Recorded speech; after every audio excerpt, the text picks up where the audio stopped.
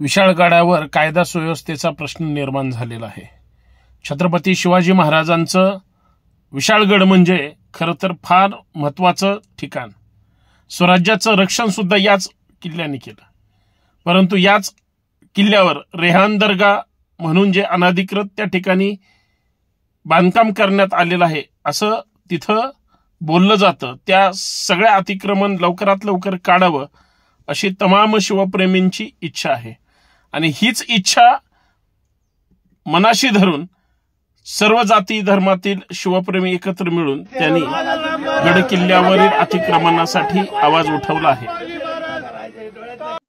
विशाळगडाचं सगळं अतिक्रमण हे मुक्त होणार, अतिक्रमण ते काढणार आणि जर त्यांनी काढलं नाही तर संभाजीराजेंसह शिवभक्तांची। मित्रांनो, जय शिवराय। मी संतोष शिंदे। छत्रपती शिवाजी महाराज म्हटलं की तुमच्या आमच्या अंगामध्ये 12 हत्तीचं बळ येतं, एवढी ताकद फक्त छत्रपती शिवाजी महाराज या नावामध्ये आहे। त्यांचा कार्यकर्तृत्व, त्यांचा इतिहास, त्यांची गड किल्ले ही तुमची माझी अस्मिता आहे। 450 वर्षापूर्वी छत्रपती शिवाजी महाराजांनी ज्या काही गड किल्ल्यांची निर्मिती केली, आज तुम्हाला आम्हाला अभिमान वाटावा अशी ती गड किल्ले आजही सह्याद्रीच्या पर्वतरांगेमध्ये तुमची माझी वाट पाहतायत। परंतु तेच गड किल्ले आज अतिक्रमणाच्या विळख्यात आहेत। त्याच गड किल्ल्यांवर अनधिकृत पद्धतीने त्या गड किल्ल्यांची अस्मिता राखायची सोडून आज व्यवसायाची केंद्र बनलीत। आणि एवढंच नाही तर शेजाऱ्या पाजाऱ्यांनी, इतर लोकांनी त्यांच्याकडं, त्या गड किल्ल्यांकडं, तिथल्या सगळ्या एकंदरीत ऐतिहासिक ठेव्याकडं कोणीही पाहत नाही, सगळेजण दुर्लक्ष करतात म्हणून अतिक्रमण होत आहेत। आणि अतिक्रमण हटाव मोहीम ज्यावेळेस राबवावं लागते त्यावेळेस मात्र सामाजिक तेढ निर्माण करण्याचा प्रयत्न होतो किंवा तोडफोडीचं प्रकरण घडणं जे काही घडतात आपल्या नजरेसमोर। कारण शिवप्रेमी भावनिक असतो, त्याला त्याचे सगळे गड किल्ले मुक्त पाहिजेत। गड किल्ल्यांनी सुद्धा मोकळा श्वास हा त्याच सह्याद्रीच्या पर्वतरांगामध्ये महाराष्ट्राच्या माथीमध्ये घेतला पाहिजे, ही तुमची माझी तमाम शिवप्रेमींची इच्छा आहे। कुठल्याही गडावर, शिवनेरी असेल, राजगड असेल, रायगड असेल, पुरंदर असेल किंवा विशाळगड असेल, सिंधुदुर्ग असेल, प्रतापगड असेल, कुठलाही किल्ला घ्या, कुठल्याही किल्ल्यावर अतिक्रमण असू नये, एक शिवप्रेमी म्हणून माझी तीच धारणा आहे आणि ती अजिबात तडजोड सुद्धा खपून घेतली जाणार नाही। विशाळगडाचा मुद्दा सुरू आहे, तमाम शिवप्रेमींनी आंदोलन हातात घेतलं। विशाळगडावर सुद्धा कोल्हापूरमध्ये ज्या पद्धतीचं अतिक्रमण करण्यात आलं, 200-400 घरं त्या विशाळगडावर आहेत वर। इतर अनधिकृत गोष्टी प्रशासनाला माहिती आहेत। खरं तर कायदा सुव्यवस्था हा महत्वाचाच भाग आहे। आपण प्रशासनाशी भांडलं पाहिजे। प्रशासनाने परवानगी कशी काय दिली अतिक्रमण त्या ठिकाणी करायला? संबंधित ग्रामपंचायत असेल, पुरातत्व विभाग असेल, तहसीलदार असेल, प्रांत असेल, जिल्हाधिकारी अधिकारी असतील, हे सगळे झोपले होते का? बर, आमदार, खासदार, पालकमंत्री किंवा एखादा मंत्री त्या जिल्ह्याचे हे सगळे काय गोठे खेळत होते का? यांचं लक्ष नाही का तिकडं? का फक्त पैसे गोळा करायला आणि राजकीय प्रतिष्ठा सांभाळायलाच राजकीय पुढारी आहेत? भावनिक राजकारण ज्या वेळेस असतं त्यावेळेस मात्र दुकान लावायला हे राजकीय पुढारी आहेत। या सगळ्याची दखल खरं तर प्रत्येकाने घेतली पाहिजे। माझी तमाम शिवप्रेमींना विनंती आहे, विशाळगडच काय, प्रत्येक किल्ला, शिवरायांचा प्रत्येक गड हा अभेद्यच राहिला पाहिजे, त्याच्यावर अतिक्रमण झाले नाही पाहिजे। पण तिथल्या भूमिपुत्रांना त्या ठिकाणी विनाकारण तिथून हाकलून देऊन किंवा त्यांच्यावर अन्याय करून आपण त्याच्यातून काय साध्य करणार आहोत हा एक संशोधनाचा विषय। आता बरीच लोक वरडत होती, विशाळगडावरचं आमची घरं पाडली, आम्ही वाचलो परंतु आमच्या घरांची नासधूस वगैरे केली। आता बघा, ज्याने कायदा हातात घेतला, पोलीस प्रशासन गुन्हे दाखल करायला सुरुवात केली, काही लोकांवर गुन्हे दाखल झाले, काही लोकांवर गुन्हे दाखल होतील.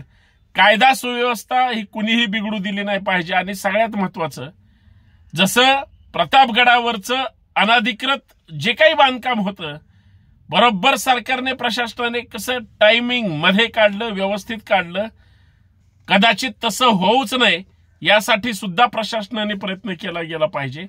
आणि प्रत्येक गड किल्ल्याला एक ठराविक त्या ठिकाणी सुरक्षा असलीच पाहिजे, जेणेकरून असे चुकीचे प्रकार घडणार नाहीत. आणि शिवप्रेमींनी छत्रपती शिवाजी महाराजांच्या प्रेमापोटी अतिक्रमण हटाव मोहीम जर हातात घेतली असेल तर ती त्या शिवप्रेमींची भावना सुद्धा समजून घेतली पाहिजे. ठीक आहे, तिथं गर्दी जमली, त्यांनी तोडफोड केली, कायद्याने आता सरकार काय बडगा उघडतंय हे पाहण्यासारखं आहे. विशाळगडावरचं प्रकरण गंभीर झाल्यानंतर माननीय मुख्यमंत्री रात्री, म्हणजे आज 15 जुलै आहे, 14 जुलैला मध्यरात्री मुख्यमंत्री महोदय विशाळगडावर किंवा कोल्हापूरमध्ये पोहोचले. तिथं त्यांनी सगळी पाहणी केली. मुख्यमंत्री कोल्हापूरला जाऊन वापस मुंबईला गेल्यानंतर मग तिथल्या पोलीस अधीक्षकांनी संभाजीराजेंसहित इतरांवर सगळ्यांवर गुन्हे दाखल करायला सुरुवात केली. ठीक आहे, कायद्यापुढे कुणीही मोठा नसतो, कायदा सगळ्यांना समान आहे, हे तितकंच खरं आहे. कायदा हा तुमच्या माझ्यासाठी आहे, कायदा हा जनावरांसाठी, झाडा फुलं पानांसाठी नाही. परंतु माझे हात जोडून विनंती, छत्रपती शिवाजी महाराजांनीच तुम्हाला आम्हाला शिकवलंय, शत्रूची जरी स्त्री असली तरी तिचा सन्मान केला पाहिजे. आता विशाळगडावर तर छोटी छोटी घरांचं अतिक्रमण झालंय, घरांमध्ये महिला भगिनी आहेत किंवा लहान लहान मुलं आहेत. या सगळ्यांना तिथल्या प्रशासनाने त्या ठिकाणी सूचना देऊन, आवाहन करून ती घरं खाली गेली पाहिजेत. कारण घरं जोपर्यंत खाली करत नाही तोपर्यंत तिथलं अतिक्रमण नेस्तानाबूत होणार नाही. आणि तिथं काही कोणी प्रॉपर्ट्या त्या ठिकाणी विक्री केलेल्याही नाहीत आणि विकल्या गेलेल्या नाहीत. कारण सगळे गड किल्ले हे छत्रपतींच्याच अजून ताब्यात आहेत. म्हणजे बरेच गड किल्ले अजूनही सातबारा छत्रपती उदयन महाराज भोसले यांच्या नावाने निघतो. साताऱ्यात उदाहरण जर द्यायचं म्हणलं तर हजारो एकर जमीन आजही त्यांच्याच नावावर आहे. जर कुणाला पाहिजे असेल तर हे त्या ठिकाणी बक्षीसपत्र किंवा जी काही कायदेशीर प्रक्रिया असतील तशी ती म्हणजे हँडओव्हर करतात. पण विशाळगडावर जर लोक पिढ्यानं पिढ्या राहत असतील किंवा आता अतिक्रमण केलं असेल, ही सगळी जबाबदारी प्रशासनाची.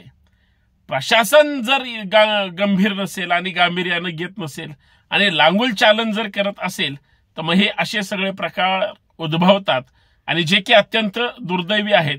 माझी या माध्यमातून प्रामाणिकपणे विनंती आहे की प्रत्येक गड किल्ल्यांचं त्या ठिकाणी अतिक्रमण हटाव मोहीम झालीच पाहिजे. उद्या सरकार सुद्धा करेल, कारण जसं प्रतापगड म्हणजे अतिक्रमण हटवलं मुख्यमंत्री किंवा उपमुख्यमंत्री किंवा सरकारच्या प्रेशरनी, त्याच पद्धतीने इतर गड किल्ल्यांचं सुद्धा हटवलं पाहिजे. शिवप्रेमी म्हणून आपली त्याला संमतीच असेल. पण कुठल्याही माणसाला, कुठल्याही व्यक्तीला, कुठल्याही महाराज भगिनींना, कुठल्याही कुटुंबाला, कुठल्याही घराला उद्ध्वस्त करून जनतेने नाही, प्रशासन काय करायचं ते करू द्या. कायदा आपण हातात घेऊन उपयोग होणार नाही. आणि कुणाचंही वाईट करून आपलं चांगलं होईल असं जर कुणाला अपेक्षा वाटत असेल तर ते अजिबात म्हणजे सहन न करणारी गोष्ट आहे. पण दादागिरी करून तिथं जर नंगा नाच होत असेल तर तो त्याच्यावर सुद्धा आवर घातला पाहिजे, असं एक शिवप्रेमी म्हणून माझं प्रामाणिक मत आहे. कारण माझ्या विचाराने ना छत्रपती शिवरायांनी किंवा छत्रपती संभाजी महाराजांनी या दोघांच्याही विचारातून एखाद्याशी नासधूस करणं आणि मग आपला हेतू साध्य करणं असं त्यांचं कधीही म्हणणं नव्हतं आणि तसा विचारही त्यांचा नाही. त्या विचाराने शिवप्रेमींनी विचार करावा एवढी माफक अपेक्षा आहे. जय जिजाऊ, जय शिवराय, धन्यवाद. पण प्रत्येक गड किल्ल्यावरचं अतिक्रमण प्रशासनाने हे काढून टाकलं पाहिजे, हटवलं पाहिजे आणि तिथं शिवरायांच्याच विचारांचा जागर झाला पाहिजे. धन्यवाद.